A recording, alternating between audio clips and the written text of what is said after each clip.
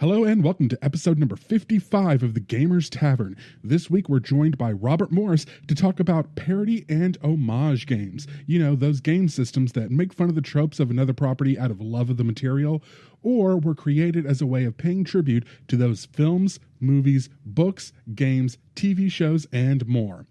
I'm not going to mess around with sponsors in the intro, but make sure you go to accursedrpg.com because Ross and the other guys from Melior Via have a Kickstarter up right now to expand the world of Moradin from the award-winning Accursed campaign setting for Savage Worlds. They funded in the first day and they're gaining on the stretch goals to give you 2 more brand new books on different areas of the world. Go to accursedrpg.com and find out more about the world of Accursed.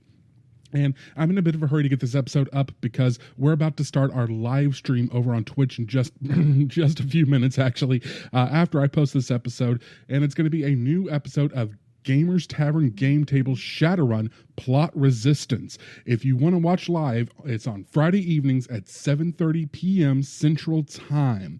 Go to twitch.tv/Gamers Tavern Show to watch it live.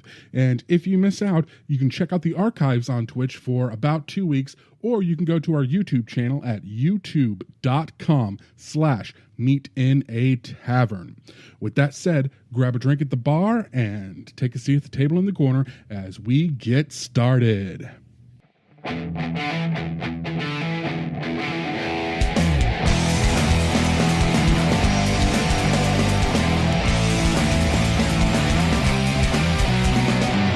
Hello and welcome to the latest episode of the Gamers Tavern podcast. I'm your host, Ross Watson. And I'm Daryl Mott Jr. And tonight we have with us as a guest, Mr. Robert Morris. Good evening, and, well, good day and good morning to everybody else. Are you doing the Truman Show? Good morning, I guess so. Good afternoon, and good night if I don't see you. Classic. In case I don't see you later, good afternoon, good morning, and good night. Yeah, that is a classic film. So we're bringing you on the show tonight, Robert, to talk about some really interesting stuff. But before we get to it, the first thing we do is we ask our guests to give us a overview of who they are and where we might know them from in the gaming industry. And if you're not really well known in the gaming industry, that's okay. You can just sort of talk about what you're into and what people might find out about you, that kind of a thing, in the form of a gaming character sheet. So what is your gaming character sheet like, Robert? Well, I'm Robert Morris. My experience in the industry has been doing 3D graphics, video game developments. I'm pretty well known when it comes to simulation for a lot of government and military projects. That's always been fun. In terms of the board games, I'm probably just a small little niche guy. Well, on your character sheet, does it say Earth Pony? I'd be going from what I am. I'd be going with a Kelpie. You're a Kelpie, okay, and that's a type of pony, is that right? Yes, it is, especially coming out of Rowan. That's based off that goes along with the Irish water horse. Okay, coming out of Ireland there. So you're an Irish water horse. Now, anybody who's ever met Robert is probably raising their eyebrows right now, because he doesn't really look Irish. Let's just put it that way. But he's a really great guy. I've known him for a number of years.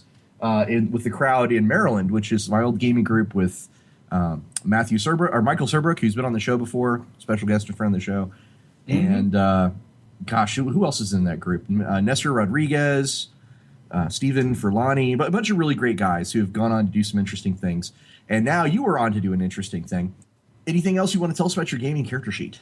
Well, I'd like to go along with being a pilot and an airplane mechanic. There you go. So you are, in fact, you have a pilot's license. Well, in my direction, kind of work with drones. So that's there always you fun. go. So it's a different type of flying. It's an entirely different type of flying altogether. It's an entirely different type of flying. Oh, definitely. Come on, Definitely. Robert. Well, you know, Airplane's an old movie, so there's that. All right, so Robert, you're a drone pilot too. Cool. All right, let's talk about what we've been playing lately. I'm going to start with Daryl. What have I been playing lately? Well, we're recording this after Comicpalooza. So I talked a lot about what we played at Comic Blues, but we didn't talk about what we played on Monday, which I was part of 2 of Ross's first games of both a double feature, which is John Kovalich's new movie non-trivia game, which Ross rule at that game. Yeah, we really needed, because we had the perfect game, would have been awesome, except for it was Monday, so everyone left. But I would have loved to have gotten Nordling and Cargill and you playing that game. But and then after that, we hooked up with some of the people who are volunteers at the convention, and we played Cards Against Humanity. We played it with we played it with Samantha Inouye-Hart, who is a voice actress, accomplished voice actress, who's been in a number of things, and actual actress as well. Yep. And we played it with the guy who plays Strax on Doctor Who. Yep. And his name is Dan Starkey, and he was really great. He was excellent. Yeah, he seemed to have a blast playing the game. It was his first game too, I believe. I think Sammy played before, hadn't she? Yeah, Samantha has played before, and she's got. Well, you just got to hear Samantha read the cards in her voice, because she's got a very distinctive voice. Yep. And we played with some folks we met there at the con, Dee Dee. So shout out to Dee Dee and some other and Jeanette and a couple other ladies. I don't remember the names right off the top of my head right now, but I remember it was a good game. Yeah, it's the same group of people play volunteer at pretty much every single Houston con. So yeah. So if you're ever in a convention in Houston, say hi to the volunteers. You're probably going to run into one of them that were at that game, or have been in one of my previous Cards Against Humanity games. So aside from that, I have been ramping up to after we get off here, I'm going to flip a coin between I'm going to either be starting Mass Effect 1 or I'm going to do Shadowrun Returns all the way through. Ooh, now Shadowrun Returns or Shadowrun Returns the Dragon one? I never finished Shadowrun Returns, so I'm doing Dead Man Switch first, then I'm doing Dragonfall, then I'm moving on to Hong Kong. Now, you've played Dragonfall before, yeah? I played about 3/4 of the way through Dead Man Switch and about halfway through Dragonfall. Oh wow, yeah, you got to finish those. Yep. So is Hong Kong out? Hong Kong is, I believe, early release out, or it's pre-order out. It came out really fast after the Kickstarter ended. Okay, it was like less than a month, I think. Well, I'm gonna have to keep my eyes open for that, because the director's cut of Dragonfall is just amazing. So, I think at least last I remember, Steam was talking about that the early release. So I think that's come out for a lot of folks. You certainly got yourself a busy bowl there between that and Mass Effect, because if you do Mass Effect 1, you're going to have to go through 2 and 3. Well, I only have two, 1 and 2 right now, because I've been picking up games slowly whenever they go on sale on Steam or on Humble Bundles. So my collection's getting slow to build up, and it's a lot of really old stuff. So either way you go, but it's new to me, so. Oh yeah, you'll love it. Definitely. I mean, you've got BioWare, who's done a tremendous job with a lot of story writing. I definitely give Mass Effect kind of has the same treatment with the original Star Wars trilogy. I feel that the second one, once you actually get into that, is the best of all three. Agreed. Just kind of like just like Empire Strikes Back. Just had that. It had that perfect ingredients. Just everything was right. You know, I haven't compared Mass Effect to Star Wars before, but, I think you got something there. Mm-hmm. So let's actually talk to Robert. Let's switch gears a little bit. Robert, what have you been playing lately? Oh, well, this will certainly make you happy, Ross. Recent game we've had started up by Yar has been Shadows Angelus. Woohoo! And that he's certainly done a tremendous job with the opening campaign.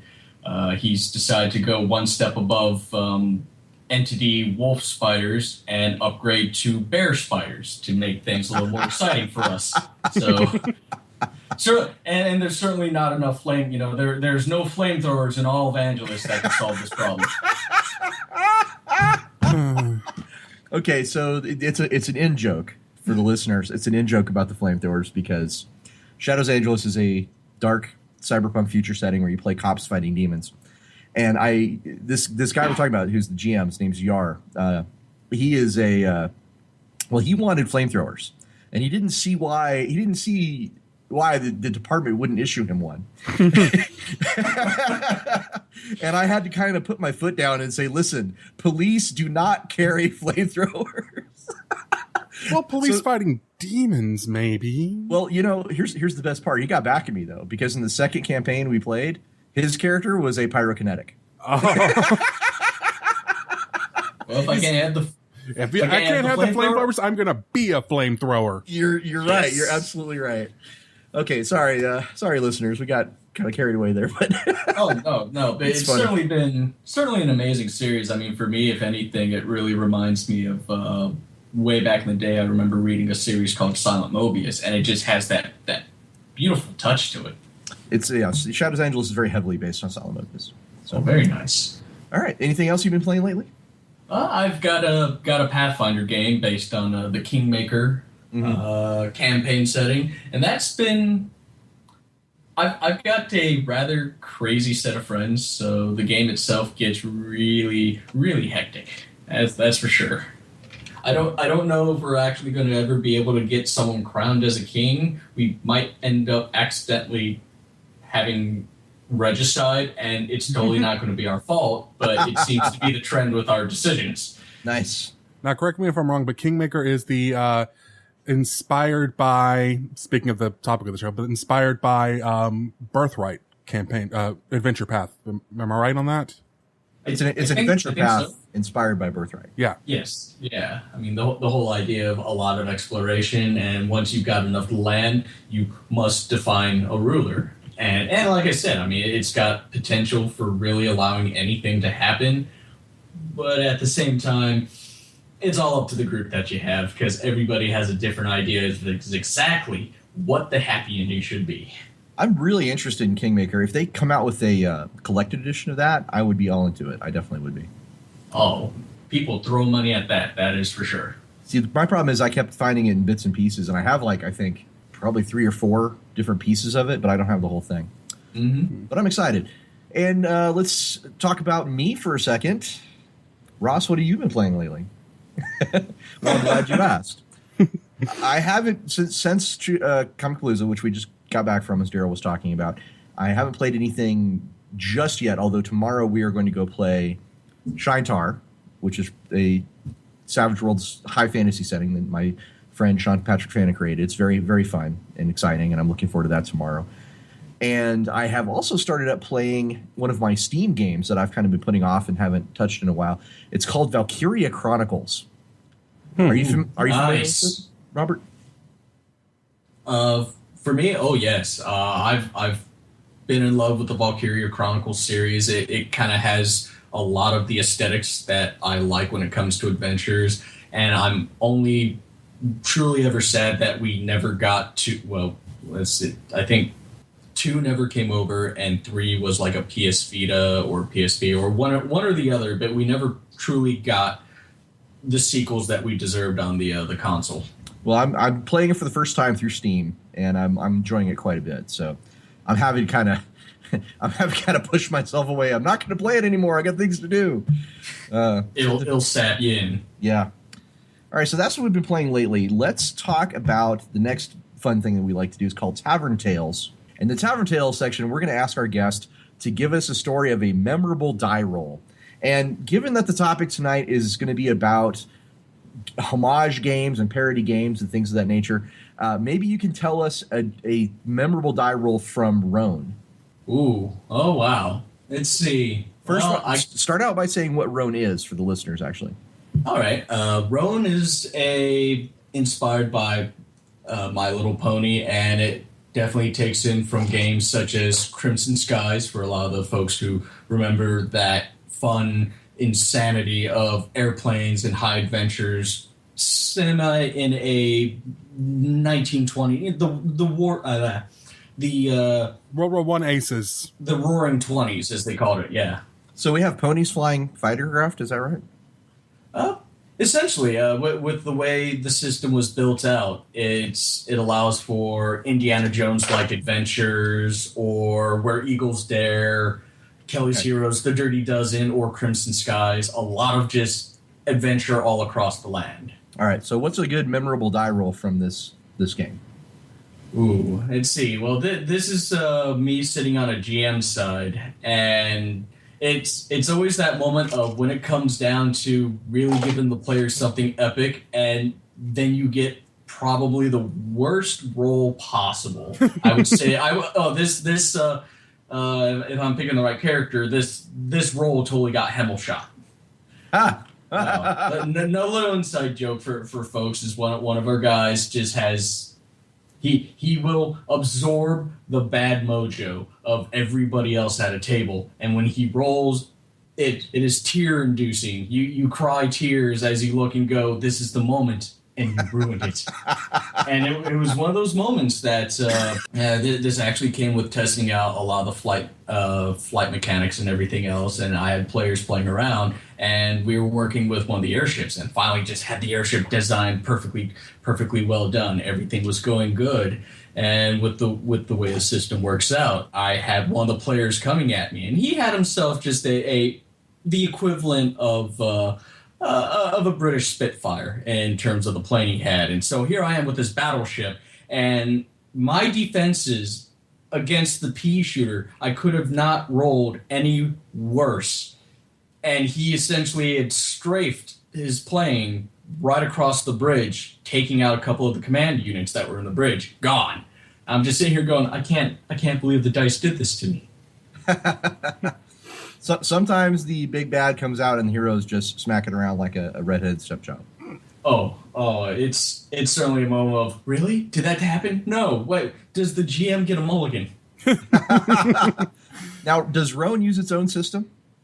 Roan uses the Ubiquity system created by Jeff Combos. So for those who know Hollowed Earth Expedition, it's a system that really emphasizes keeping things simple for players to be able to just keep the narrative rolling. A lot of narrative, a lot of banter, very pulpy action-adventure. Right, and so in the world of Roan, we play ponies doing what?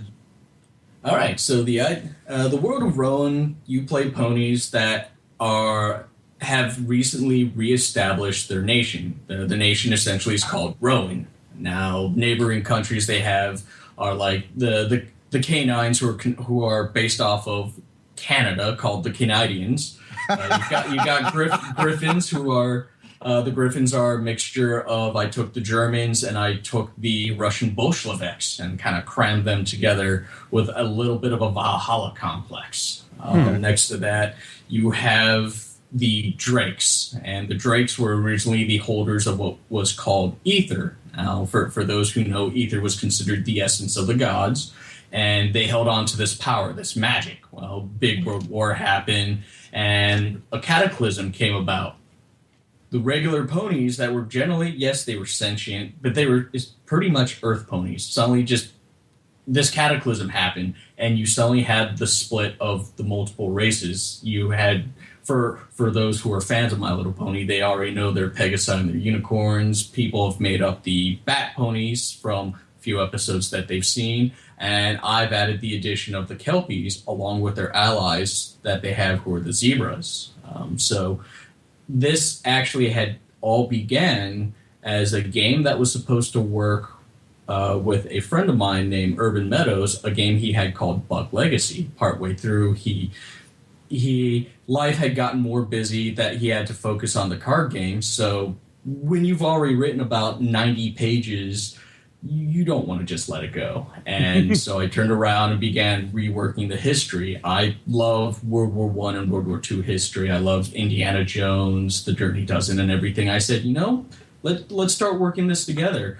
Where Hollowed Earth Expedition kind of gives you the journey to the center of the world, I want to give players the Dirty Dozen feel, or Indiana Jones, or the detectiveness of someone like Tom Selleck in Magnum P.I.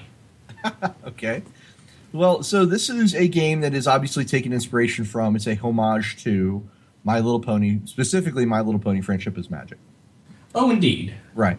Now, that's our topic tonight. We're actually talking about games that are both a homage, well, not both, but either a homage or a parody of something that's already existing in the popular culture. So let's actually define our terms. Daryl, what is a homage or a parody game? Like I said, there's a question. It's one of those things where do you want me to come back to you? I know it. It's one of those things. I know it when I see it, when it comes to the difference, because you've got games like, would you call Cyberpunk 2020 an homage to like Neuromancer, or would you just call it a cyberpunk game? Yeah, you got to split it from genre. So there's a big question about that. What do you call that? And then there's parody versus satire versus there's people who've gotten doctoral theses published on the difference between those. It's all semantics, but general homage is I want to play. Here's the way I define it in my head. I want to play this TV show, this movie, this book, this whatever, but there's not a game for it. I'm going to play it anyway. And so you create a game that is an homage to it, especially if you're publishing it, you don't have the rights to it. You basically file the serial numbers off. So it's kind of like a Venn diagram where part of that Venn diagram is genre and part of it is, its own original thing, but it also overlaps heavily with a specific established material. IP. Yeah, with some kind of source material. Mm-hmm. Okay. Would you agree with that, Robert? I definitely do. I would certainly say a lot of it is just respecting what makes the series fun and why everybody wants to get into it. I mean, taking on the bit that you said of filing away the serial numbers, essentially what I've had to do and work with and talk with a few smaller folks out of Hasbro was, okay, what can I do? Well, you're going to have to file away cutie marks. We can't have that. You can't exactly have alicorns. For those who actually know it, alicorn is just what you call the horn. But because of the fame of the cartoon series, we now know it as the culmination of multiple races and things like that. And I look at it like I've always been a fan of anime, mechs, and so on and so forth. The game I remember was like Jovian Chronicles. I always see that as a love letter towards giant mechs and the Japanese aesthetics, things like that. Well, Jovian Chronicles is a really funny example to use. That actually came out of a anime magazine called Protoculture Addicts. That's the genesis of Jovian Chronicles, which is really cool. I think that's awesome. Now, let me ask you a question. You said you had to file off the cutie marks. Isn't that basically just a brand? I mean, can't you have a brand on your horse and say it's a special brand and it's not actually a cutie mark? Well, brands or things like tattoos, I would believe is perfectly fine. But the idea of even having a mark on the hind quarter like that is becomes so central to what makes My Little Pony, especially because, at least in terms of the book, I could probably put it in as long as I don't determine it as the overall definition of what makes the character. As we see in the cartoon, it seems to push a lot that this mark says this is your life. Well, it's also the difference between describing something and then visually showing it in a picture. Mm-hmm. Because I think they would probably, Hasbro would probably have a much harder time letting that go if it was, brazenly in every picture, of every character, obviously having their own special brand, and it's only like 1 degree off of a cutie mark. Yeah, that would not be cool. I totally get that. And it's certainly going to be tough, especially one of the things I'd like to do is, if things go well, go into like the more military expansions. And, well, I mean, anyone who knows sailors, if anything, from Pacific and so on and so forth, a lot of tattoos. So the difference between a homage game and a parody game, if I'm getting this straight, is a homage game is played straight. You're not really making fun of it, whereas parody is sort of an intentional attempt at humor using the same tropes and themes of the thing you're paying homage to or parodying. Yeah, and certainly a lot of satire. And I would say a good parody isn't mean-spirited either. It's not making fun of. It's I'm a fan of this thing, and here's the stuff that's kind of funny and messed up about it, so we're going to make fun of it. You can see that a lot in Mel Brooks. Well, here's a good example in the game industry. I'm going to throw this out there. Paranoia. Mm-hmm. Paranoia is obviously a parody game, and it goes so far as to put this in every image. Jim Holloway, the artist they got on that originally, he drew everybody with these sort of exaggerated expressions, and it was very obviously comic, and it's very, very much a Orwellian, a parody of Orwellian tropes and themes, like 1984, that kind of a thing. And it's actually a really great game. It's just got its own little quirks and foibles and things like that. But that's what I think of when I think of like a parody game. Is I think of something like Paranoia. Mm-hmm. I would say like a good one for an homage would be something like Delta Green. Delta Green certainly does huge call-outs to Call of Cthulhu, except they decide to want to pull people in with a more present kind of 20th, 21st century people meeting these elder gods and so on and so forth. Yeah, this is where Daryl talks about, it's difficult to define. Mm-hmm. I think I would see Delta Green as like an evolution rather than a homage. But it's fine that you say that, because that's what we're talking about. We're talking about some pretty fuzzy boundaries, and it's good to get that off. Good to get that out right at the beginning. That we're talking about some pretty fuzzy boundaries tonight. And like I said, the second half of the show is probably going to be us talking a lot about the different games that are parodies or homages, but they may not be, and that is going to be the source of a lot of discussion. Is this or is this not? It's right on the border. So Daryl, you have a note here about the history of these games. Why don't you get us started on that? Speaking of controversy, let's get this right out of the way. I think that the entire role-playing game industry, the entire hobby, was based on an homage in and of itself. Dungeons and Dragons, the original chainmail, was an homage to the classic fantasy adventures of Tolkien, Howard, Vance, Leiber, etc. It was, I want to take my war games and I want to play my one character and I want to set that in these fantasy worlds, but I have no rules for it, so I'm going to make my own. And then they got into the legal trouble with, we now have halflings instead of hobbits, we have treants instead of ents, and so on. Yeah, Baelors instead of Balrogs. Exactly. Again, I think that's a pretty fuzzy boundary, but it's an interesting point to make. Robert, can you think of some other early games in the industry that might have been homages or parodies? It's a bit tough. I mean, I can certainly think of a lot of things that I've seen that went into it, such as a lot of when it comes to the science fictions, especially dirty science fictions. You've got a lot of the Anne McCaffreys for The Ship That Sings to, of all things, Robert Heinlein, and everybody knows him of Starship Trooper fame, which we've ended up, we've gone as far as seeing that as an actual game itself. But even within games, I know a lot of science fictions have taken a lot of love to having that bug-like creature alongside stuff such as xenomorphs. I would certainly say I've seen plenty of not alien creatures in so many games, like Traveler. I know Traveler had practically a xenomorph, but it wasn't a xenomorph. You might be talking about the Kafer from Traveler. Yes, yeah. And then the other side of that war, you've got Power Armor Space Marines everywhere. Well, the thing about Traveler, I mean, there are some points to be made here about sci-fi games, but let's just be very careful about, we're not necessarily accusing these games of having been homages. We're just identifying some similar themes and things of that nature.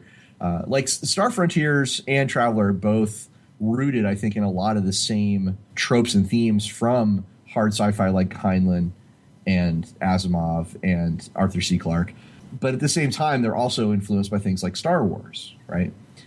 So, yeah, I mean, there's things you could point to there, but it's hard for me to see anything in the early years that was a real, I mean, that are high on that scale of homage or parody, besides a few examples that Daryl actually pointed out here, like Villains and Vigilantes, which is a very, very much based on comic book superheroism. Right, that's a homage to that. It was an homage to pretty much the Silver Age, wasn't it? Or maybe I don't think V&V you can really nail down. That's a good question for Jeff D. Honestly, but I don't think you can nail it down to any one particular era. There's Top Secret, of course. Top Secret was very obviously the 007 role playing game. Mm-hmm. Just without the license, it was file off the license to kill, and it's basically 007, and that's great. Just Top Secret was a great game. You have a note here about Tunnels and Trolls. Tunnels and Trolls is arguably the second role-playing game ever published, and arguably it was an homage to Dungeons and Dragons itself. It was basically the same similar sort of rules, and it was reorganized and redefined to try to make it easier in that developer's mind on how to play the game. It had play-by-post, and it had solo versions of it. So, like I said, there's an argument to be made that it was an homage to D&D itself. I think arguably is a phrase we might be using quite a bit tonight, actually. All right, so Robert, I want to ask you this question. What are some difficulties in creating a game, and that's either the system or the setting, that is a homage or a parody? I would say, breaking it down, if anything, starting with a parody, I always feel that with a parody, it's not overdoing it. The easiest way I used to explain it to some of my friends is like saying, telling someone a joke, like in a movie. The last thing you want is the movie to consistently tell you the same joke constantly and then remind you, hey, did you like that joke? And it's the same thing with a parody. I feel like you want to temper it. You want to temper your humor before you begin overdoing it, because if anything, players begin getting bored by it. All right, so you did also mention earlier one of the difficulties with the homage is knowing what exactly you can and cannot borrow from your source material. So, such as I would say, like taking D&D, I want to have a Jedi. Well, I can't outright. I would figure they can't outright just put a lightsaber into the book, but they could do something similar of a magic sword that is using a psionic saber, essentially. Laser sword. Well, they did have the was a bright energy, I believe they called it. Mm-hmm. In 3rd edition. And there's all sorts of sci-fi games that use laser sword. Yeah, like Thundar the Barbarian had totally not a lightsaber. Yep. It's totally not a lightsaber. It just, very similar. Oh, it's very true. I do remember, especially going into, Jade Claw. Jade Claw, for folks who know it, is an anthropomorphic adventure that's set in the Asian culture, and things they seem to pull from in some aspects, especially when they got into a lot of the samurai expansion. I want to make sure I'm hitting this right, is things like, for anyone who's a fan of Usagi Yojimbo, big name for comics, up there with a lot of the Ninja Turtles and stuff like that, and people want to have their Usagi Yojimbo kind of character, but you can't outright just have Usagi. Or at least you can't do it in name, but you can certainly respect the character and have someone who happens to look like him and have the same attitude. I mean, I would think of it like me and Michael Serbrook spoke about this, actually. We talked about how you could have in a game, you could have a guy who has a steel skeleton who can project claws from his arm, from his fist. As long as you don't outright call him Wolverine, you're fine. That was half of my Shadowrun characters in the 90s. But at the same time, I think part of it is knowing your audience too, right? Because if it's the right type of game, mm-hmm. It could be totally fine to have a whole bunch of dudes running around with claws and adamantium bones. But if you were trying to do a more serious take on superheroes, for example, or if you're trying to sort of establish your own independent setting with just like a hint or a taste of homage or parody, then that may be, as you say, taking it too far. It's all about that dial of intensity, right? Yeah. Okay. When it comes down to it, also I think some people tend to forget that it's not just a character that defines a lot of it. It's also your setting, the atmosphere that you project, such as like with Rowan. I couldn't outright just go and project everything that they've shown, such as having chaos gods that make cotton candy out of everything. I could sit back and go, oh, this is an homage to how much I love the character of Discord, played by, of all people, John Delancey. But at the same time, it's like you begin treading that thin red line, and it's definitely safer to try and avoid than running into any of the legal issues that come with that. So tell us, how did you take the themes and tropes of My Little Pony and translate that into Roan? A lot of what I saw is the idea that they have this friendship is magic. Well, I looked at it and just go, same thing as having a camaraderie amongst friends when it comes to adventuring. Everybody needs to work together. The last thing you want is that guy who turns around and backstabs you. Of course, nothing against people who can do it in a clever way to make an interesting story. But what really benefits Rowan, and this I would certainly give to the mechanics of the game, is that when developing your character, one of the things you give them is a motivation, and you let the GM know what your motivation is, and this is one of the driving points of your character. What is it that they're doing? Are they, are they motivated by greed or love? Is it the friendship? Is it that brotherhood with their friends, especially if you're playing a group of ponies as a military group? that brothers in arms or anything like that. Yeah. Well, this has to do with a lot with this. There's a guy I know. He's a fairly controversial designer. He's got some really interesting philosophies. He's helped us out on Savage Rifts, and generally I just really enjoy talking to him about various game design things. His name is John Wick. Mm-hmm. And John Wick has a really interesting way of looking at games. So he'll say, well, what is your game about? Right? And he'll be very clear to try to differentiate that from what the characters do. Mm-hmm. Right? Because sometimes what the characters do in the game is separate from what the game is about. And sometimes it's exactly the same. Like, I would argue that Shadowrun is typically exactly the same. What they do is also what the game is about. But that's not always true. So could you look at Roan, right, through the lens of My Little Pony and say, what is this game about and what is it that we do? I could. How I've been able to work Roan, the way I've looked at it is I kind of put two lenses. One of the biggest lens was looking at where the romanticization of war films, especially like Where Eagles Dare, where you got that epic feel of having done something so amazing against someone so, against a centralized bad guy. And to really at least give it that humor that people are so comfortable with, I had to start looking at things like Bill Maudlin with Willie and Joe, or probably more familiar for folks is Beetle Bailey or MASH. Oh, wow. Miss Buxley as a pony. Ooh dear. Welcome to Camp Swampy. You're going to want to get out the moment you step in. So that's, basically what it's about that's kind of where you got your inspiration from. Well, maybe we'll come back to that in a second, because I want to get back to this homage and parody topic. And Daryl, you have down here some examples of homages and parody games. Yeah, I got a big, huge list. I spent most of the afternoon going through Wikipedia's role-playing game list. I'm like, is it or is it not on every single game that's ever been made? And I've missed many, I'm sure. Yeah, well, it's fair to say that we're talking tonight about more of a sampling than the entire list. Yeah.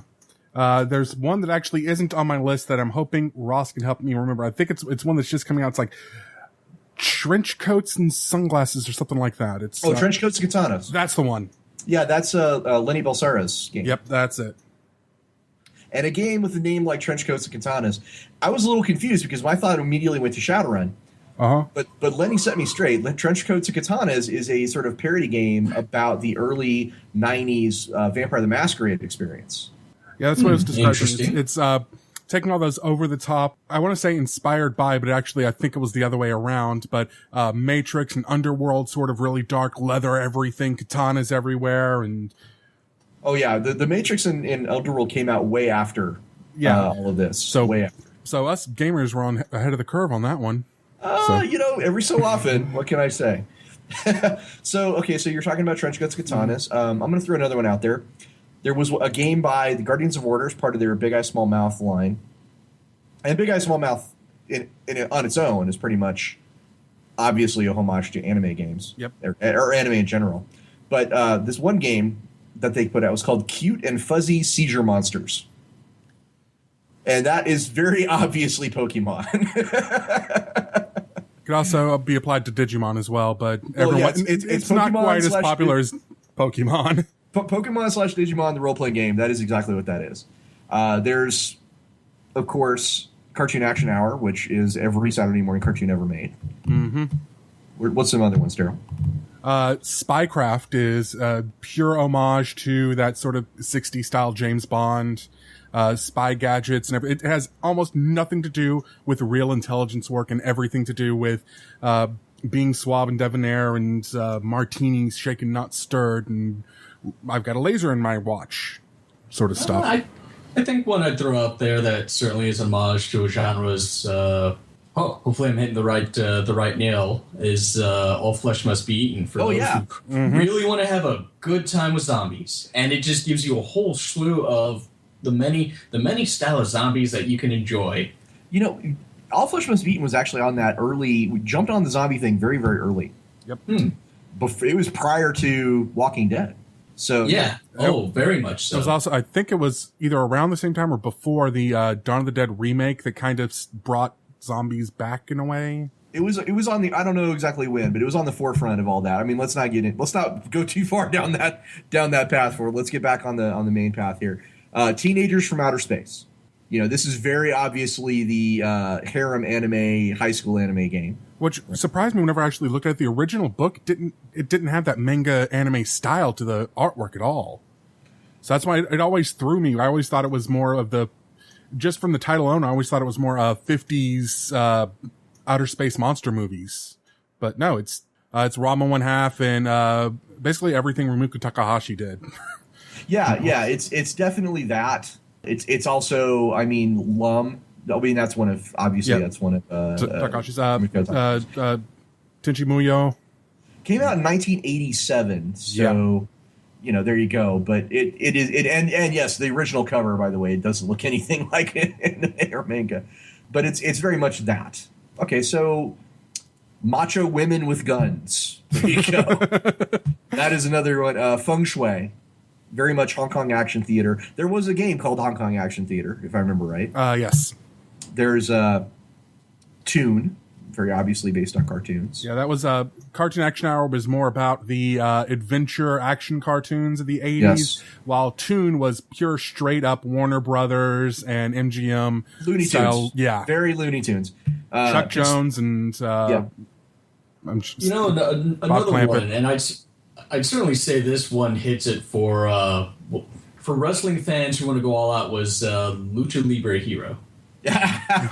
Well, yeah, because it was so insane. Well, Lucha Libre Hero is based obviously on luchador culture, right? Mm-hmm. So that's another masked wrestler.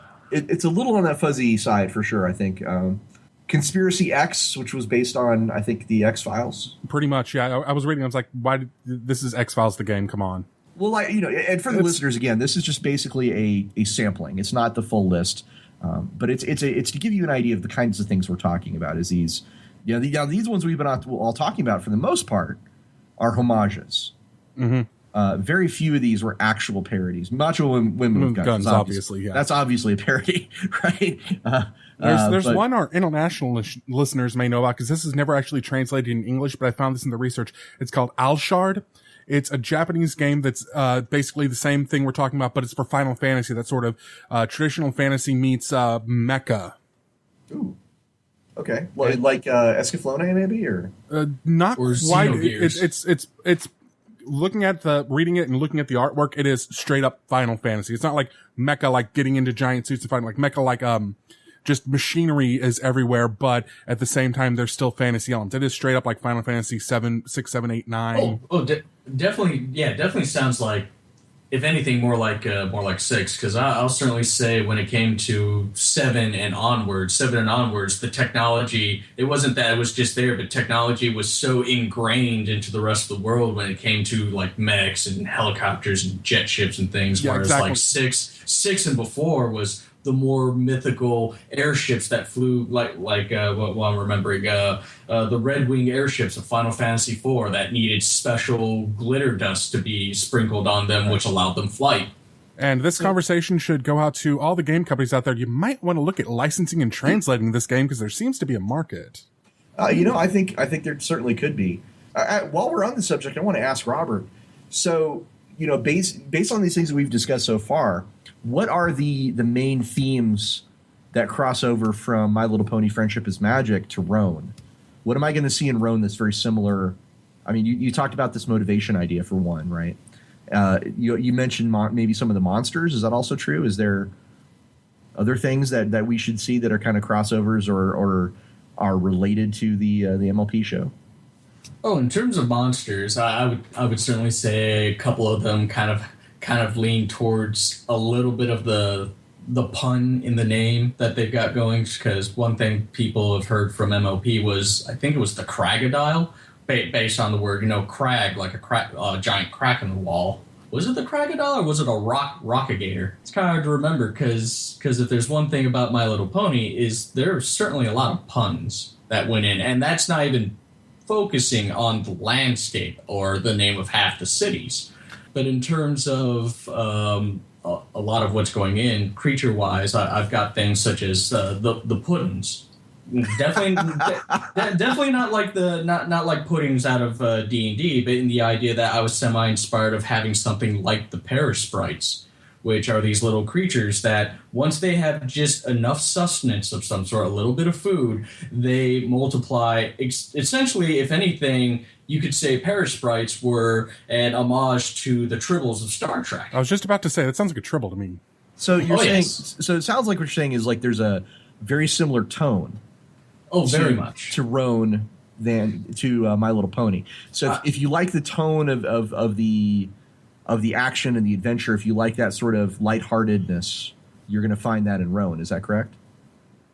Yeah, that is. I want to give players something of familiar ground that they can stand on. They know enough about My Little Pony that by playing this game, if they wanted to, they could certainly turn around and just go, oh, well, I want a My Little Pony campaign. They can certainly do that. Or they can embrace the world, that is Rowan, and yet still feel comfortable and even know what they might be coming up against. Okay. Now, are you familiar with a very similar idea that's out there? It's called Pony Finder. I've heard about that, and I got to read through the PDF that I picked up some time ago from, I think, RPG Now. So how is Rowan different from Pony Finder? I'm definitely going away from the heavily fantasy inspired. What I'm trying to aim more with is a lot more of a diesel punk, and at the same time, one of the things that I'm emphasizing is that in Rowan, there's the use of essentially firearms. There's more of that 1940s era technology that is going on as opposed to a lot of the medieval fantasy adventure that you see with the Pony Pathfinder game that was made. And I'll certainly say that from what I've saw of that, they did a great job with balancing it out and building it up. And it was a bit of a competing point when I was speaking with Urban some time ago of like, hey, there are people who are also working in the same direction as us and trying to make sure that people aren't going to look at us and just go, why do we need to buy the same thing all over again? Well, let me ask you this question. Like, how big is Roan? How many pages is it? Probably with adding in the fluff and everything, I'm looking at about a little more than 160 pages, about 175. Wow, that's impressive. Okay. And you're kickstarting this thing, is that right? Yeah. June 1st, I will be getting it kickstarted, and the hope is to have everything nailed down so that in July, at least as early as possible, I would like to be able to get a stack of prints ready that I can have at the BronyCon convention in Maryland. So what we're going to do now is we're going to take a quick break, and then we're going to come back and talk about some more stuff about homages and parodies. Are you looking for a new game to play? Drive-Thru RPG is the internet's largest source of role-playing games. Enjoy our game table episodes with Shadowrun, Dungeons & Dragons, or Mutants and Masterminds, and you want to join in? Or is World of Darkness, Battletech, or Fate more your thing? Or maybe you just want to check out games from our guests like Accursed and Shinetar, the Savage World series. Just go to gamerstavern.org/drive-thru-RPG and you can have a new game to play in minutes. And they also have the largest selection of free games, source books, and starter sets anywhere in the world. Go to gamerstavern.org/drive-thru-RPG and support the show with every purchase. And we're back with this new episode of the Gamers Tavern podcast. We're speaking with Robert Morris about homages and parodies.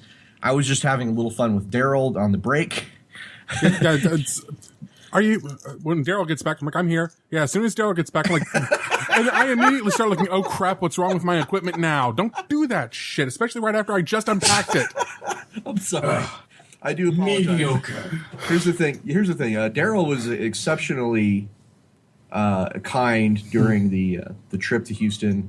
He was a trooper. He went to like all the panels and stuff. He had one wild night, and then the rest of the con he was he was there whenever we needed him. So I do apologize, Daryl.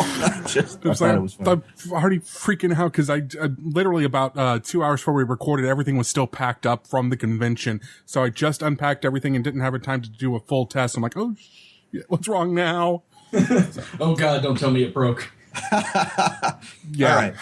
Now, I was just thinking about this, and I want to briefly talk about this, but I think there's an interesting sliding scale for a homage game or a parody game. And I think on one end of that scale is the absolute direct license. Like, it's not like Star Wars, it is Star Wars, right? You have the licensed Star Wars game. That's one end of the scale. And then somewhere in the middle, you've got the games that are, based on or very similar to, in many ways, things like Star Wars, and that would be like your Star Frontiers and your, maybe not Traveler, but other similar games like that. And then on the other end of that scale, you've got games that are absolutely a parody that are very clearly that game, but are doing it in a more humorous sort of twist, if you will, and they're doing it just sort of to say, oh, I get that, that's Star Wars, but it's weird Star Wars, And then you've also got another category where it's not, the game itself isn't centered around that one thing, but there's definite homages to in a part of it. Yeah. You're talking about little bits and pieces, scattered throughout. Like there in D&D 5th edition, there is a build for the monk class that is, it's Avatar: The Last Airbender. There's no ifs, ands, or buts about it. The elemental control monk is a friggin' bender. Yeah, well, there's also stuff like I put in Rogue Trader. There's a planet that is basically Unicron. I mean, it's Unicron. I put a new name on it, kind of covered it up with some cool 40K bits and pieces, but it's basically Unicron. And I wonder how many people thought it was Galactus. Well, you know what? One thing I've always thought, and this is way back in the day when I first heard of Warhammer 40K, I always kind of sat back and just felt like someone had said, I want to have laser guns and everything with my fantasy setting. And they sat down and suddenly instead of orcs, it's space orcs, and instead of Eldar, your Eldar are your space elves and everything else that go with that. And I've always looked at that and wondered, like, is this really this? Because I can't take away that it has a huge universe that they gave it, but I've always wondered if it started as someone just going, have you ever wanted more than just bow and arrows? I want to have laser guns. I want to have giant bullets that just destroy planets as well. You hit on a very interesting point here, because we're talking about evolution, right? Mm-hmm. You could take a game that starts one place, like Warhammer 40K. When it first started, the original Rogue Trader game that came out, it's a very, very, very different thing than the Warhammer 40,000 universe as we know it today. And that's because it evolved over time and became less of a parody, less of a homage. I mean, okay, let me put it this way. In the original Rogue Trader game, there is a character, and I swear to God, I'm not making this up. His name is Obi-Wan Clouseau. Oh, I'm not making that up. Is he a Pink Panther while he's at it? Well, Obi-Wan Sherlock Clouseau. I'm sorry. Even better. Yeah. So just cramming them together. Yeah. So that's the kind of tone that was in the original Rogue Trader, and obviously that tone does not exist now. And so you're talking about evolution, and I want to ask the question. Daryl, I still start with you. Mm-hmm. What are some ways that a game can evolve from being a homage or a parody into its own thing? If it's a success, the more stuff comes out for it. Since it's not licensed, it's more stuff that they have to make on their own to make their own IP. And eventually, when you get enough of that weight under it, it becomes its own thing. I think that's the path that Warhammer pretty much took. It started off as this, I want my elves to be space elves and my orcs to be space orcs and my Roman Imperials to be Space Marine Roman Imperials. And it just grew and grew as they kept adding on more of their own layers to the universe, and it became this giant thing that is now Warhammer 40K. Well, I think you're on the right track, but I would say it's more than that. I'd say it's a guided addition of content that drives it in a particular direction. Okay?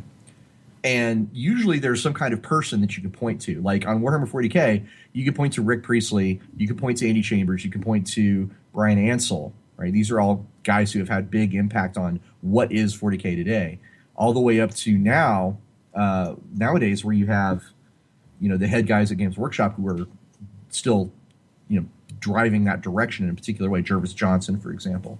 That's what I would say. Now, in addition, it's not just raw content either, right? I think a lot of it has to do with, actually, in my opinion, it's adding things like fiction and character.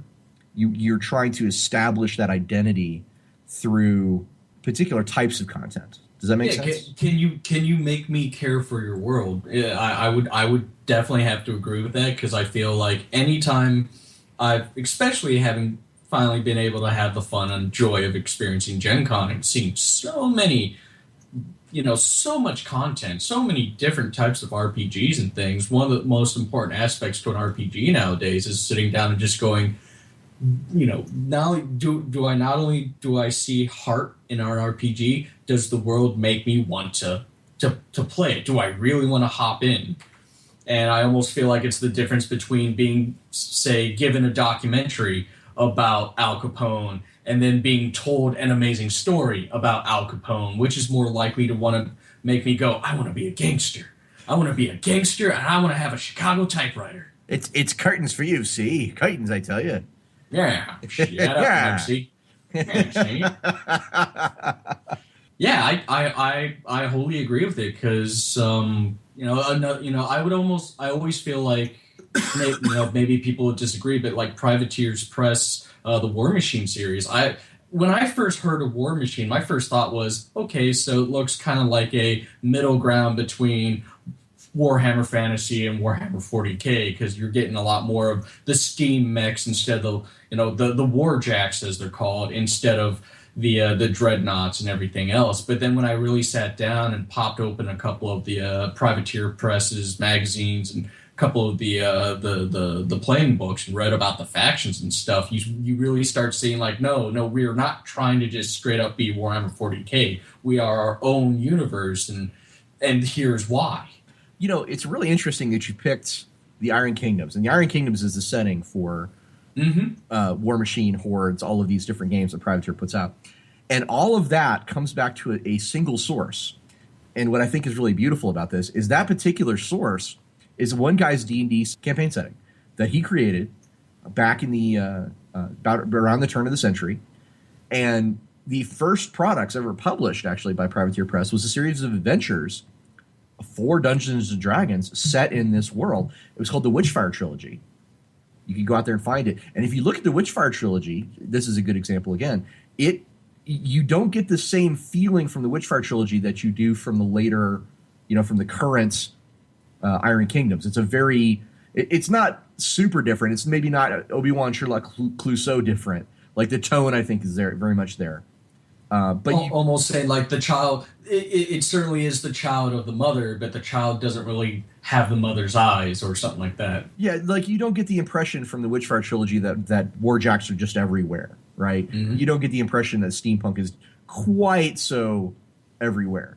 And maybe that's, it may be intentional. I would never put it past the guys like Doug Seacat to not have, looked ahead. But I'm guessing if I had to wager, I would wager that was their early vision that then was refined and evolved over time. So, Daryl, what's another property, like a game, that has evolved from a homage or a parody into something all its own? I'm going to hold off on the more obvious one, go to one that I think I may have to argue for a little bit, and that's BattleTech.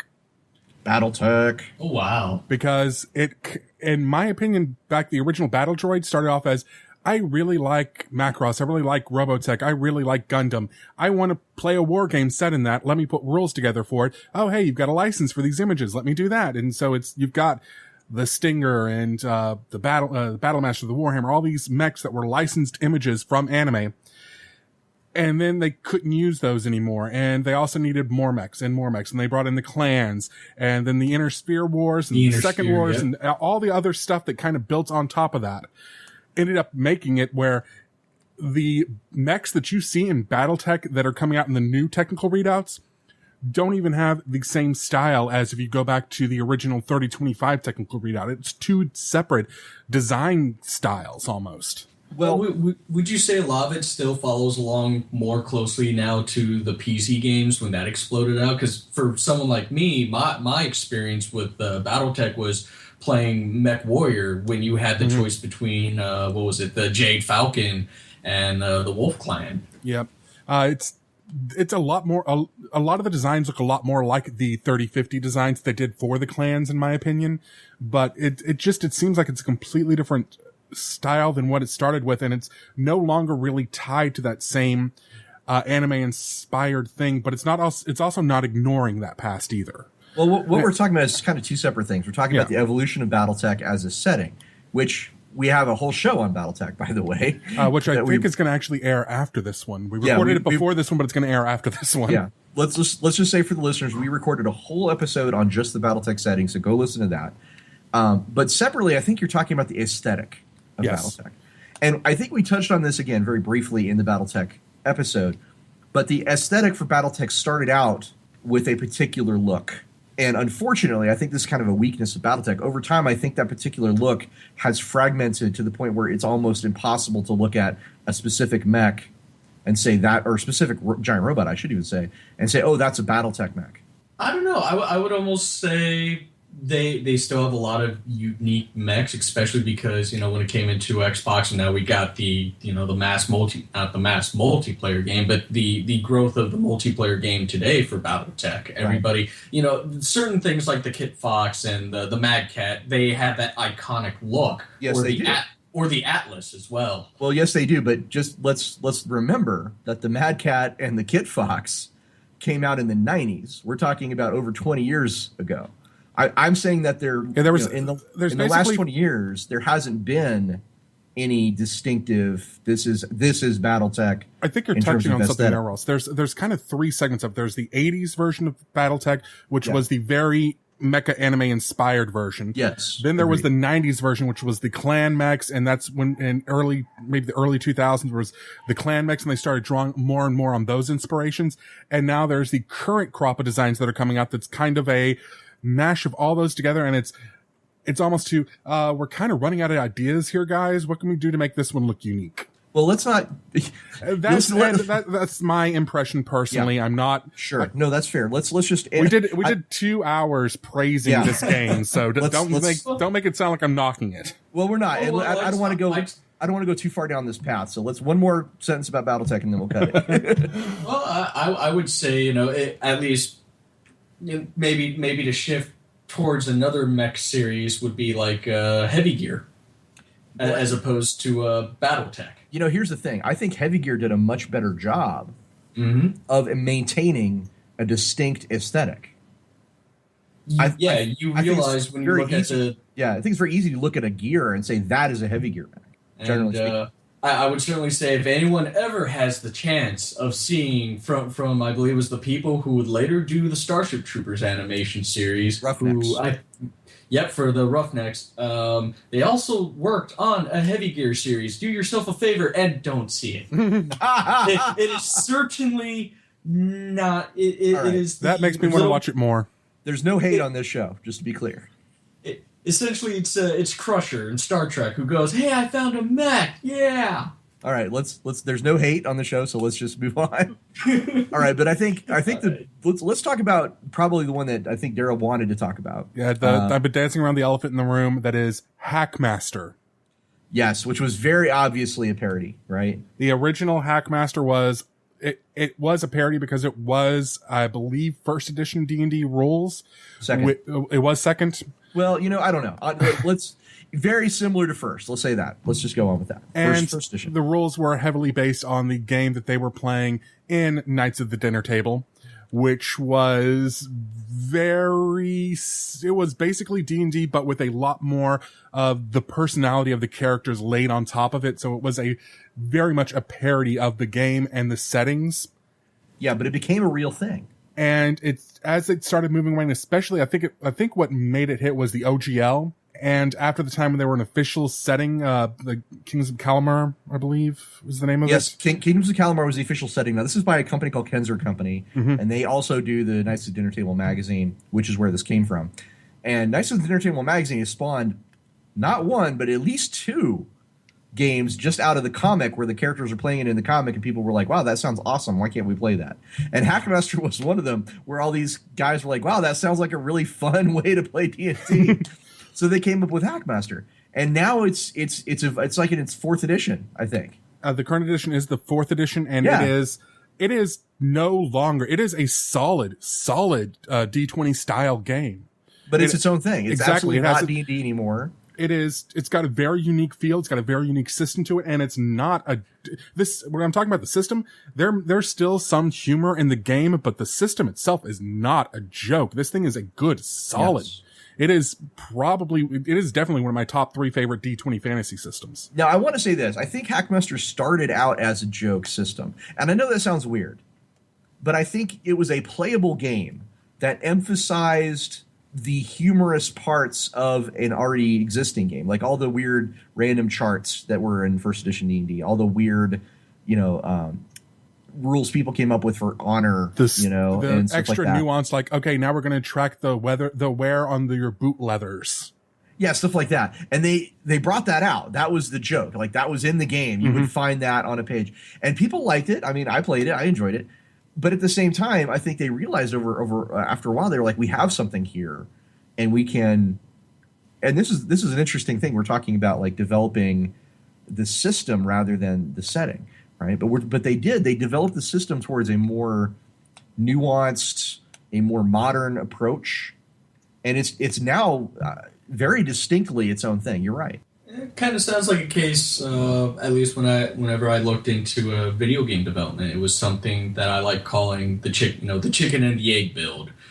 But it's the idea that one, no matter what you start with, one can help influence the other. Essentially, if the chicken is your world and the egg is the individual, if you start with the individual or say the system first, how does it affect your world, or how does building the world affect the system? If I build a fantasy world, then I go, well, I got to have a magic system. Then if I have a magic system, I have to balance it with this, right. or the other way around. I've built a magic system. What do I want for my world? Well, maybe my magic system actually works with something like a cyberpunk kind of world as opposed to the magical world. Well, if we're talking about, we've kind of shifted gears a little. We're just talking about evolution in general. Yeah. Which is fine. And I think I want to talk about one of Daryl's favorite games, Shadowrun. Now, Shadowrun is definitely different now in terms of setting and rules than it was in its first edition. And in a way, it's kind of like Warhammer 40K. It started out as basically, I want my elves and orcs and cyberpunk. Mm-hmm. Right? Yep. Yep. That's basically what it was. And somebody said, hey, let's put some Native American stuff in there. And they did. And that was in 1985? 1989. And now it's 2015. You look at Shadowrun, and the Native American stuff is almost all but gone. It's very much its own thing with the years and years of history and all these plot twists and stuff that is going on. And I think this is something I want to point out is I think one of the driving forces that can happen to evolve a game, especially in the setting and the tone, right, is fiction. And I think nothing really evolved quite like Shadowrun or BattleTech or Warhammer 40K when their fiction came out and started to really delve into that day-to-day life. What is it like? All those books to live. Yeah. I think the only other thing that might come close is Dragonlance. Yeah, well, but Dragonlance is it's a slightly different pickle, but yeah. Well, I mean, taking on the books, helping to evolve stuff. Like I do remember reading, what was it, the Eisenhorn trilogy, when it went out for Warhammer 40K, and then I was like, in terms of Shadowrun, actually, I had not heard Shadowrun until it was after, and I was pretty young at this point. I was playing a game called Snatchers. Now, Snatchers had a lot to do with Blade Runner, but it had a lot of little kind of it felt like fantasy aspects that you would see out of Shadowrun. And the thing is that Snatchers was a game that came from one of the minds of Hideo Kojima, who people would know of all things Metal Gear, the whole Metal Gear shebang. Oh my God. I'm just getting back into video games, and even I know that name. So it's called Snatchers. Yes. Can I play Brad Pitt? You like dogs, do you? Parody Snatch. No. Which I feel sorry for all the teenage boys walking into that movie, and they got something completely different than they expected. All right, so it's called Snatchers. That's interesting. I hadn't heard of that one before. Oh yeah, well, I mean, the video game essentially followed along with coming out of Japan. Of all, it definitely followed along with the semi-graphic visual novel where you get to make a choice and you suffer consequences based on it. And it had intermittent parts where you did like a little kind of shooting mini game. If anything, I saw it as I kind of saw it up there as their competition to go against things such as the King's Quest series or Journeyman Project or anything like that. Well, hang on. You mentioned a name that I think is a very good illustration of evolution. Maybe not coherent evolution. I would say it's actually an argument for a game setting that went into some really weird and kind of messed up places. That would be, of course, Metal Gear Solid, which started out in a place that was very rooted in the real world with like a giant robot and, you have a gun and you're taking dudes down and it's stealth action. And now Metal Gear Solid is like there's psychics and dudes who come back from the dead, and I mean it's just like it's insane. Super cyborg ninjas who slice apart nuclear powered mecha and everything else. It's very different in its evolution than it was, right? Well, chatting with one of my friends who's also been helping with the artwork, he's loved the series. One of the things that we started kind of reanalyzing about Metal Gear in general was you look at the world, you look at what the characters are doing. Like in Revengeance kind of ends with us questioning, were we really helping as good guys, or is the consequence of our action actually making things worse? And that was actually something I always had fun with Metal Gear in general, was the fact that every game followed directly at some point after whatever you did before, whatever cataclysmic event. And you're thinking like, yeah, I saved the world. Not really.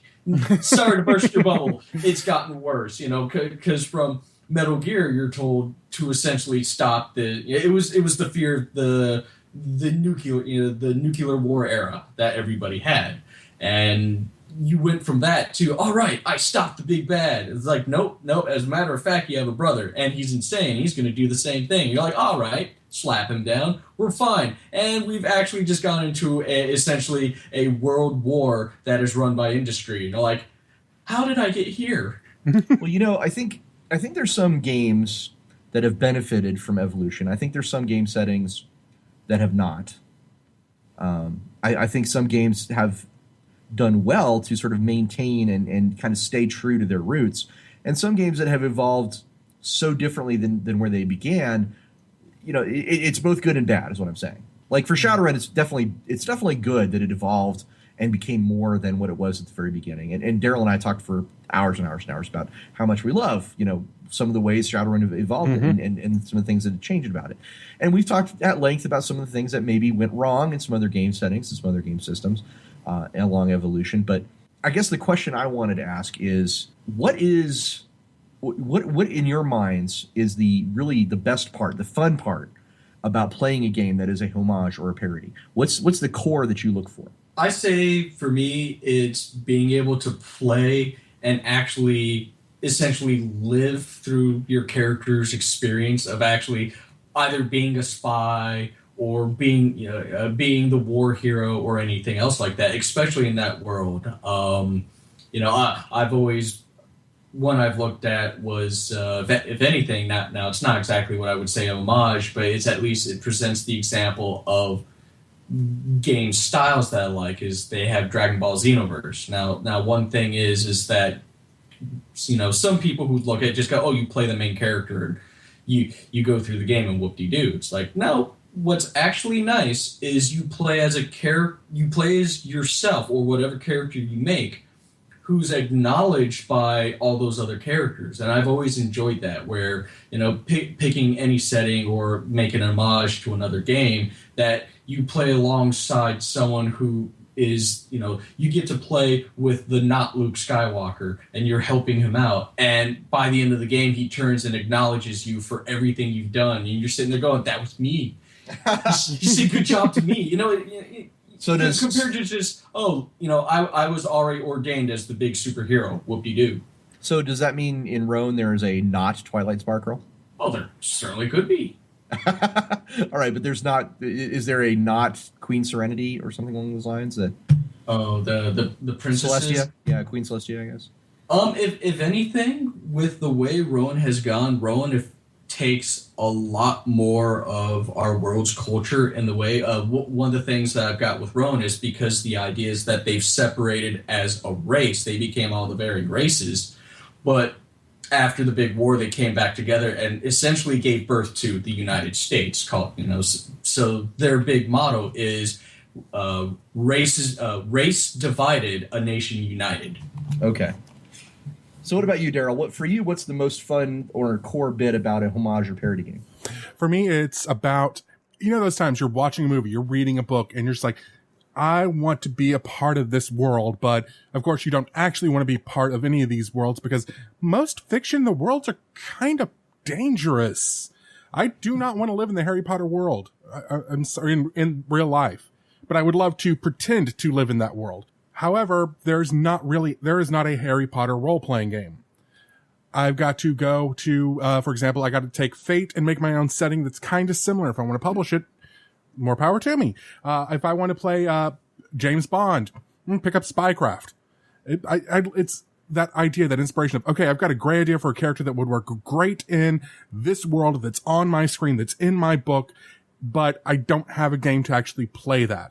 So I find something that's as close as possible, and I can still tell those same stories in a world that's very, very similar, same genres, same tropes, and still get to enjoy that. Yeah, the thing I like about it is that it's kind of a shorthand, right? If I say, hey guys, I want to play a game where we're all basically 007, and I think Spycraft is going to support me on that, there's a lot of shorthand, that I can use to get across all those themes and tropes directly into your mind without me having to spend an awful lot of effort trying to build it out of nothing. Mm-hmm. Uh-huh. Okay. Yeah, I'm just like, yep. Very insightful rebuttal, sir. All right. Well, that's what I'm thinking about it anyways. All right. So we're getting close to the end of our show here. So I want to ask. There is one game that we have to mention as a game that is it's pretty influential in gaming, but it's one we skipped over that was definitely an homage game, and that's Bunnies and Burrows. Oh, God, how could I forget Bunnies and Burrows? We're going to get in trouble if we don't bring that one up, because that's basically the Watership Downs role-playing game. Yes, it is. It is exactly the Watership Down role-playing game. But it's not licensed, is the thing. I always wanted to combine it with All Flesh Must Be Eaten. Oh, God.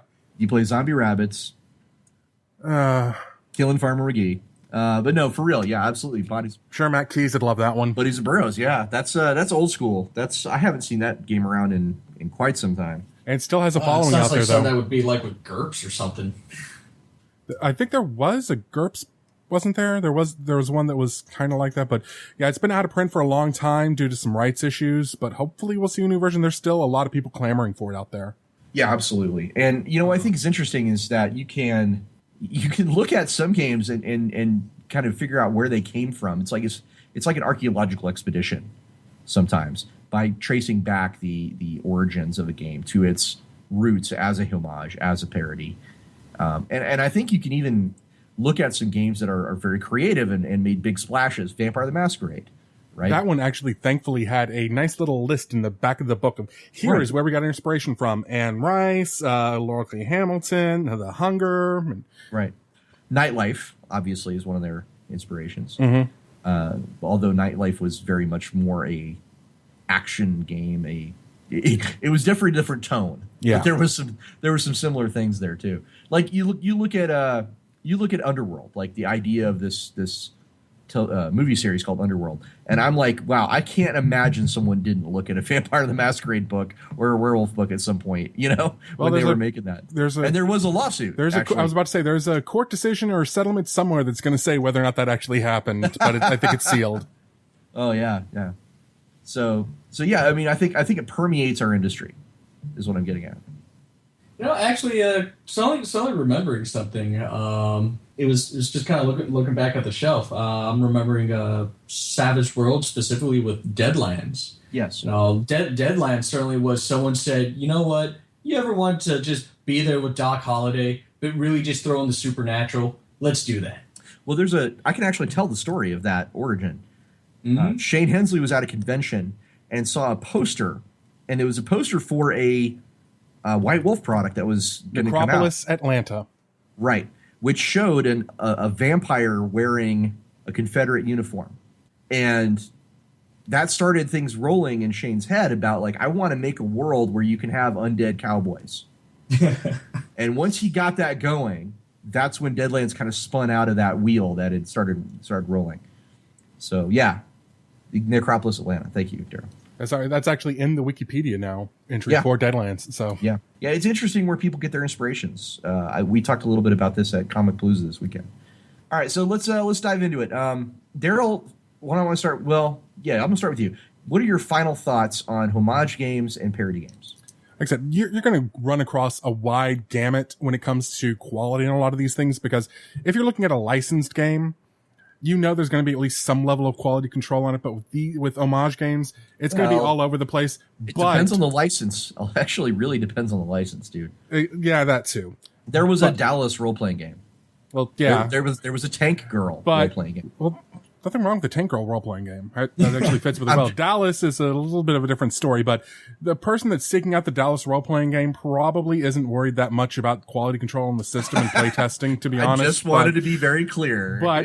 But when you're dealing with homage games, it's going to run the gamut. You're going to get, but you're also going to find a lot more very unique takes on these same genres, because they're usually going to be smaller or more independent publishing companies, and you're going to see so much more unique things that even if you look at an homage game and say, okay, and this is something I bring up a lot, even if this is not a game I want to play, there's going to be elements that you'll want to take for your own games. Oh yeah, like I'm going to give an example here really quick. Fantasy Flight, in its early days of role-playing, well, not super early, but it's maybe in middle days of role-playing games, they published a setting called Grimm, and it was based on very much a homage to Grimm fairy tales, and in their original state, before they got Disneyfied, more or less. And I loved that setting. I took a lot of things out of it and used them in other places, including Shadows Angeles, Robert. So that definitely, I think you're absolutely right. It's a good source of inspiration for that kind of stuff. Go ahead, please. Oh yeah, and that's pretty much it. You're going to find so much more unique stuff. And like I said, you want to play in a specific setting. You want to play. You saw an amazing movie. You saw read an amazing book, TV show you love, and you want to play in that setting, but there's not a game out there. There's going to be something that's going to be close enough. And a lot of these games that are out there are going to be homages to the very thing you're looking for. There's not an Anne Rice role-playing game out there, but there is Vampire the Masquerade.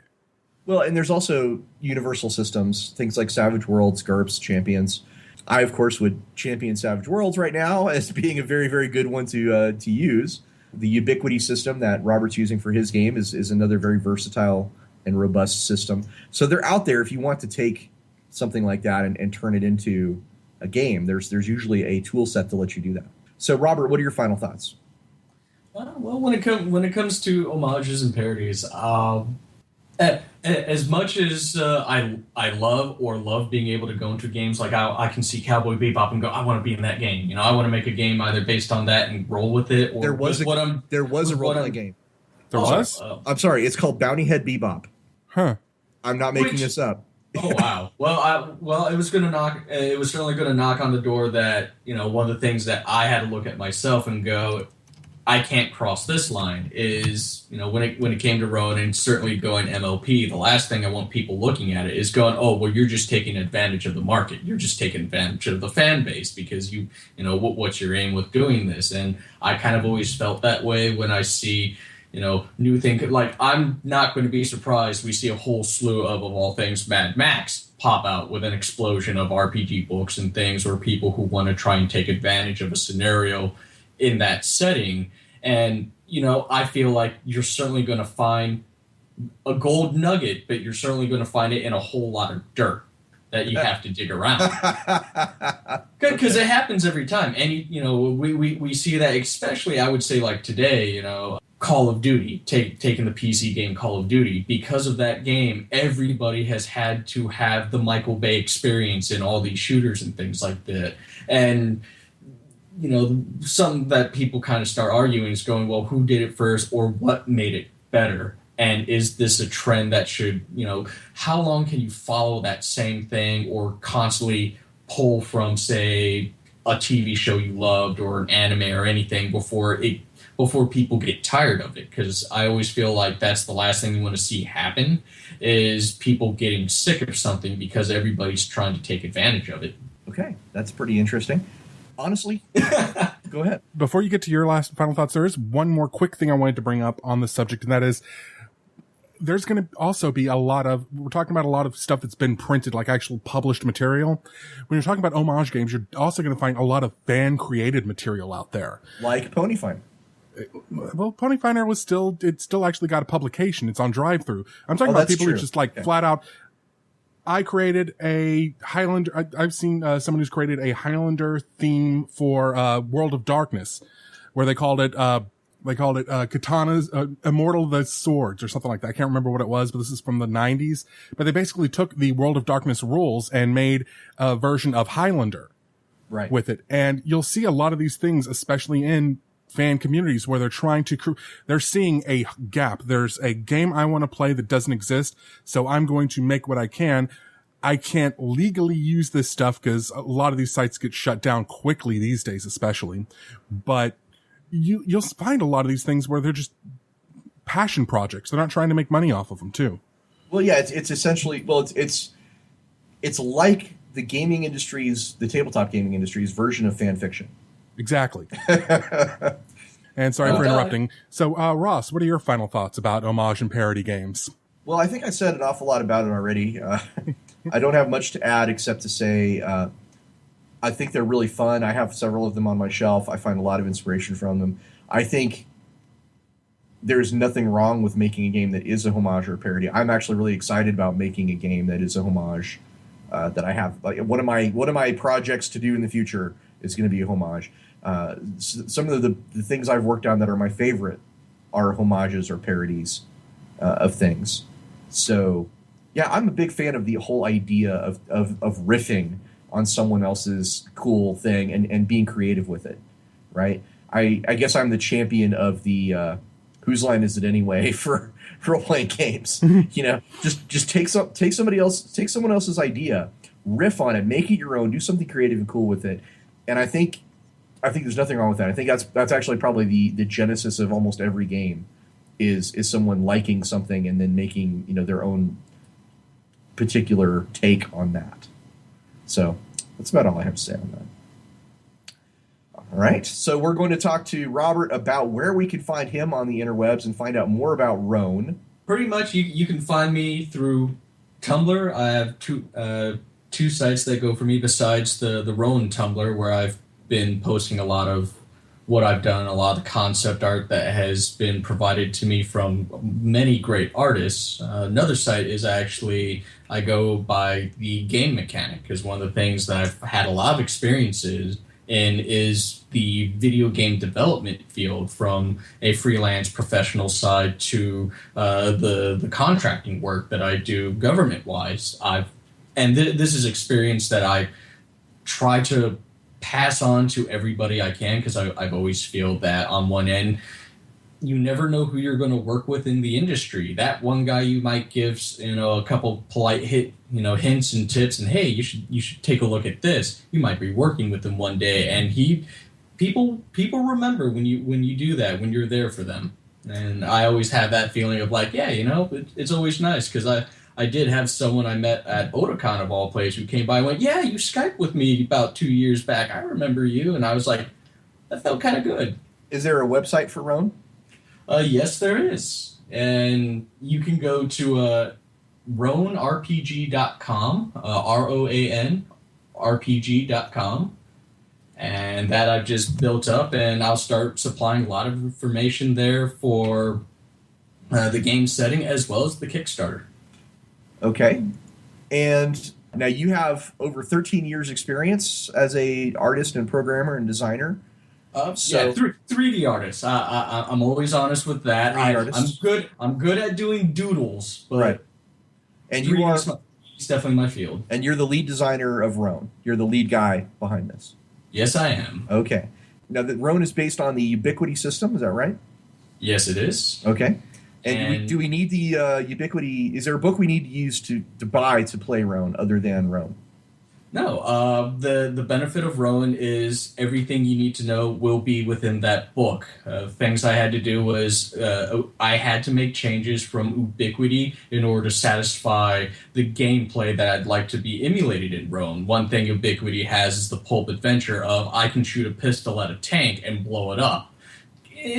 Because Roan has some of that comedy going for it. At the same time, I didn't want that being oversaturated by mechanics like that. As well, one of the biggest things I had to work with is magic and airplane mechanics. From my experiences with a lot of the other RPG games, I never really ever got the feeling of a good dogfight when it came to airplane combat. And it was a lot of fun working with that and balancing that. And as I said before with Magic, I am giving players a more free-based magic system. So there's no longer essentially there isn't the cast fireball or cast magic missile. Rather, instead, you have a simple set of charts that build a difficulty you can test against, and you merely describe the spell you want. Well, on behalf of Daryl and myself, I want to extend our gratitude to you for showing up and talking to us about Homage games, Parody games, and Roan. I'm certainly honored and very thankful that you allowed me to be here to speak with you all. Oh, absolutely. We enjoyed it.